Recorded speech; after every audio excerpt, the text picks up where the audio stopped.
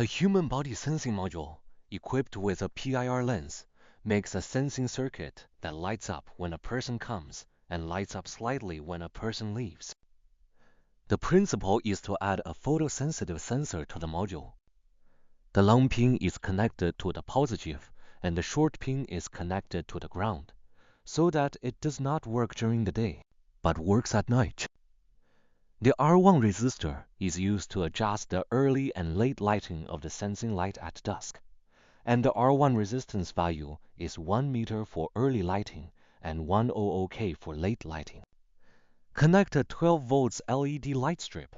The sensing principle is that someone triggers the MOS tube to turn on at night, and the RP resistor is short-circuited, and the LED will be fully lit with 100% brightness.